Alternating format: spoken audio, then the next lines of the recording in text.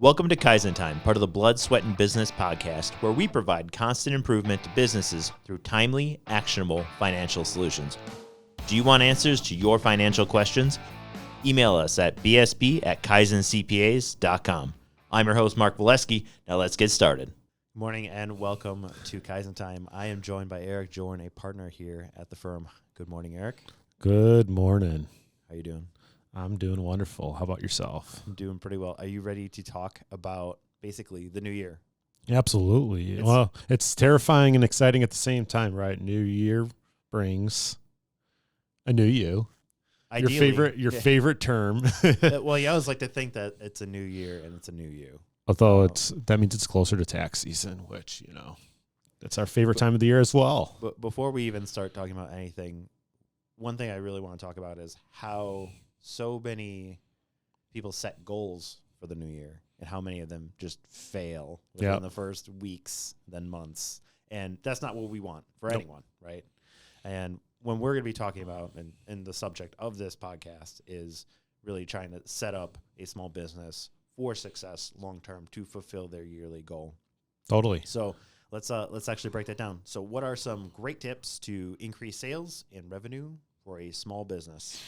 Yeah, no, this is a great question, right? This is probably where everybody starts with setting goals for the new year. This is how we start the new year.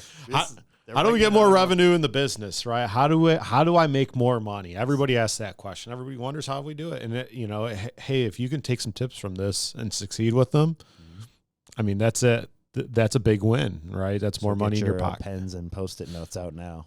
All right. So one of the best things to do, right, is to start with how much do I want to grow by? How much more revenue do I want to bring in the door? So the more intentional you can be with setting that goal of how much we want to grow and how much can we actually service of that growth too, right? Something to think about. So I think a really thorough exercise around this. So step back and say, okay, what am I at capacity right now? If I'm at 100% capacity and I want to grow a bunch in the next year, and I don't have a hiring plan in place, I'm setting myself up for failure, right? And remember, we're not just trying to increase sales, but we're trying to set goals that we can achieve. Mm-hmm. So we got to make sure we set ourselves up for success. So I guess, number one, start with where am I at right now? If I have capacity, okay, how do I get growth to fill that capacity? And if I want to grow above and beyond that, set that growth target, set my staffing goals, sort of fill the capacity to also then staff that new growth that I'm looking to bring in the door. So one thing I actually want to pause you on that because I actually think it's important to backtrack and look at where you've been, know where you've been, understand all those numbers of why you've been there to go forward. Can you go into a little bit of detail on that, Eric? Yeah, definitely. Well, so the past sometimes does predict the future. So one thing to look at is, hey, let's go back the past 3 years. What does my growth pattern look like over that period of time? How much growth am I going to naturally get without additional efforts, right? If I'm growing at a 25% tick per year the last 3 years, well, there's a good chance I'm going to continue to grow by 25%. Now, COVID's kind of thrown a little bit of a wrench into some historical figures because I think we were all ramping up for 2019. 2020 was a dip, and then all of a sudden 21 was an explosion to catch up. 22 was still up there. We've seen some settling in 23, but you can still use those historical figures to kind of set a projection for the next year of what might actually grow. And then once you have that number, you say, okay, am I satisfied with this, or do I want that to be greater? So basically, one is you got to set the goal. Yes. Right. You need to know what target you have for that growth. Be very intentional of what you wanted to do. If you just say, I want to grow sales with no target. So basically a number. Yes. You need a number. Make a decision. Yep. You're not losing just a couple pounds. You're picking 5 pounds. Exactly. Right? You got to have a number in mind and then say, yes, okay, how are we going to achieve those goals? So Eric, what are some examples of how do we achieve that goal? Definitely. So if, say, my goal is to grow by, say, let's just say $300,000 in revenue. All right. Then I have to think about my business model. What do I do? Do I have a recurring service? Do I have a one-time service? What is my numerical measurement? essentially, what do I need to bring in the door to get $300,000 of revenue? So once I have that number, so say that is 60 clients. Okay. So I need to get 60 more clients for my business. And if I'm going to bring in 60 clients, all right, how many sales appointments do I need to have for those 60 clients? And how many salespeople do I need to close on those 60 new clients? So really what you're doing is you're kind of creating a backwards equation of what type of activity do I need to have in place to drive the desired result that I have. If you don't set measurements and each one of those stages, right, we're just flying by the seat of our pants. And so another example of this is, let's say it's an auto repair shop, right? Yep. They say, okay, we want to grow by 300,000, right? Yep. They say, how many repairs do we have to do? Yep. Okay, and what's our average repair cost? Yep. And do we need to increase that cost? Then you're also looking at your competitors. What are they doing? Yep. And then, okay, if all those are fine, you're not increasing your costs, to say, okay, how can we achieve more services within this year? Yep. So say let's take an auto repair shop, for example. I could talk about them all day. So yeah, you're looking at, so I have my growth goal of 300,000. I'm going to break down that by my average repair order value. So what is my ARO? That tells me how many more cars I need to have in my shop to hit that growth number.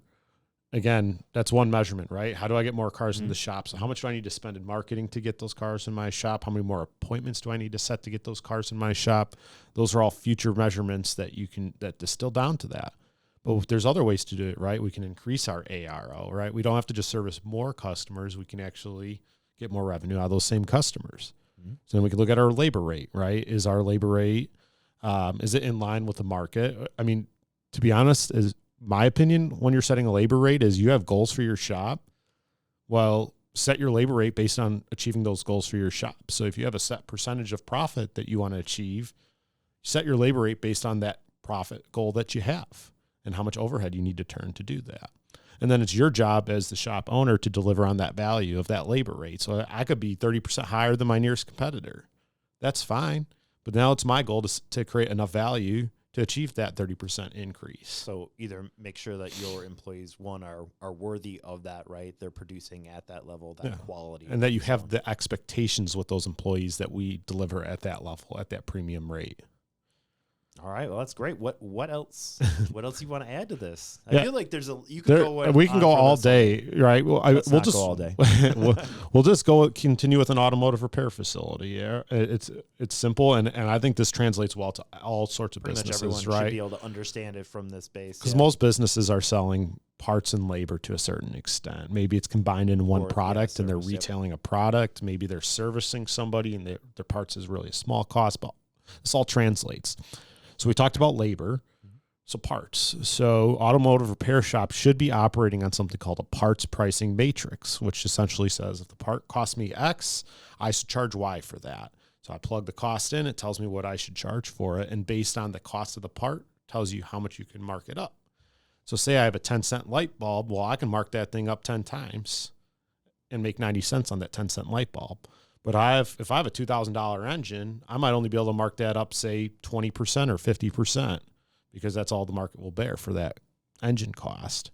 So use this parts pricing matrix. And if you don't have one, that's a good way to increase your parts margin, because some shops operate on, I'm just going to double the price on almost every part I can.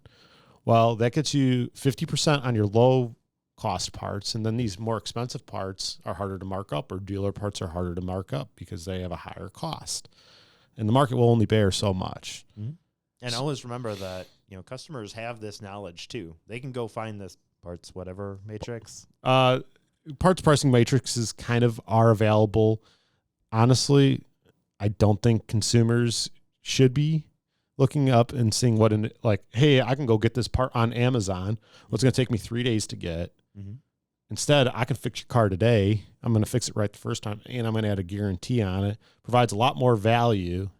And then you're providing that service, right? Exactly, right? Mm-hmm. There's a convenience factor. It's get done right the first time factor. It's I don't have to go to Amazon and buy this part and wait for it to ship. And hopefully it's right, and not from a fake vendor or a less quality vendor. Like, I've done the work of vetting that part source, right? Because not all parts are from the exact same source. Mm-hmm. So there's like, you have to think about the intrinsic value of what you provide too. And a lot of us have what's called head trash around, do we have enough value for the work that we're doing and work we're providing?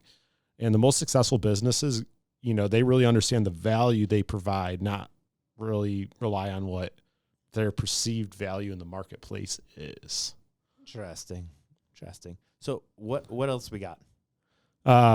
This is all great stuff. Yep. Right. So we covered really those last two tips are, how do you increase your pricing? Mm-hmm. Now can you sell additional services to that same customer? Mm-hmm. Right. Maybe again, we'll do auto repair shop stand theme. Right now we're a repair shop, meaning we're really selling break fix type relationship. Maybe we can institute a recommended maintenance plan, and we can sell maintenance services. Maintenance services, I think, to me, are a win-win. They're a lot more profitable for a shop to do, and they're a lot better for the consumer. There's a lot of studies out there that prove that the more you maintain your vehicle, the cheaper cost of ownership that you have on that vehicle is. So while we might think of maintenance in a vacuum of like, hey, this is unnecessary and this costs me more money, it's just a waste of money. In reality, I'd go, put stats on the board and look at that, and I guarantee you that the proof is going to show that maintaining your vehicle is cheaper overall than just letting it break and fix it when that comes up. I am willing to go with that as a owner of a dryer that I have constantly maintenance as opposed to waiting for it to break. It's stuck with me for almost a decade now. Yeah. So, no, I am 100% agree. And then on top of it, I always like to think about things as far as working out the timing. Yep. That works out for both the client and the provider. So obviously there are times of the year where, you're slammed. You cannot take on more or provide more services, right? If as far as an auto shop, your lot's full. Cars are always being worked on. You can't put more hours in. Exactly. So with this kind of maintenance type schedule where people just are aware, hey, I'm going to take in my vehicle every 2 months or whatever the schedule may be. Yep. All of a sudden there's that kind of relationship where you're working together to get this done. And then you don't have to worry about, hey, now my car's on the side of the road. Yeah. That you all of a sudden have that peace of mind. Well, also as a repair shop, right? A car that's in for maintenance isn't going to sit in your lot for more than hours. Mm-hmm. Whereas a car in for repairs, right? Say it's a drivability issue, that car cannot leave your lot. Mm-hmm. That part's on back order. That's taking up resources. You might not think about it because it's maybe not in a stall. Sometimes they are sitting in a stall, or you have a project car, and that's taking up a resource that you could fill. And that is more inconvenient for both of you. Exactly. Right? Yep. They don't have their vehicle for that long. Yep. And it's taking up a location. Yep. So totally. These are all great. Anything else you want to just throw in? Yeah, I'll just throw in from a spending on marketing and a spending on sales, always you need to know and understand some figures, like what's my cost of acquisition? So how much money does it cost me to acquire a new dollar of revenue? Because that's very important, because that's how you should be evaluating your sales and marketing activities. Right? Because oftentimes we look at things in a vacuum and we say, oh my God, this marketing campaign cost me $20,000. That's ridiculous. Mm-hmm. But if that yields me, if my goal is, say, 50 cents to acquire a new dollar of revenue, and that $20,000 marketing campaign brings me $100,000 of revenue, well, that's a great campaign, right? Well under my goal cost of acquisition. So that's something that you really need to think about. Okay, if I want to grow by $300,000, right, and it is through new business acquisition, what is my actual cost to acquire that business? And I need to know that number so I can make a decision on how to get there. Beautiful. Cool. All right. Well, thank you very much, Eric. And to our listeners, if you guys want to go more in depth on this subject, please let us know. We're more than happy to go into it. Yeah, we could do like a 3-hour one podcast episode, like a Lord of the Rings style. Mark would not. He would refuse for us to do that. So I'll have to get a bigger cup. Exactly. All right, perfect. Thank you very much. Thank you. You've been listening to Kaizen Time, part of the Blood, Sweat, and Business podcast. If you like what you heard, subscribe and leave a 5-star review. This podcast has been brought to you by Kaizen CPAs Plus Advisors, providing advisory and accounting services to help you grow your business. Learn more at kaizencpas.com or email us at bsb@kaizencpas.com.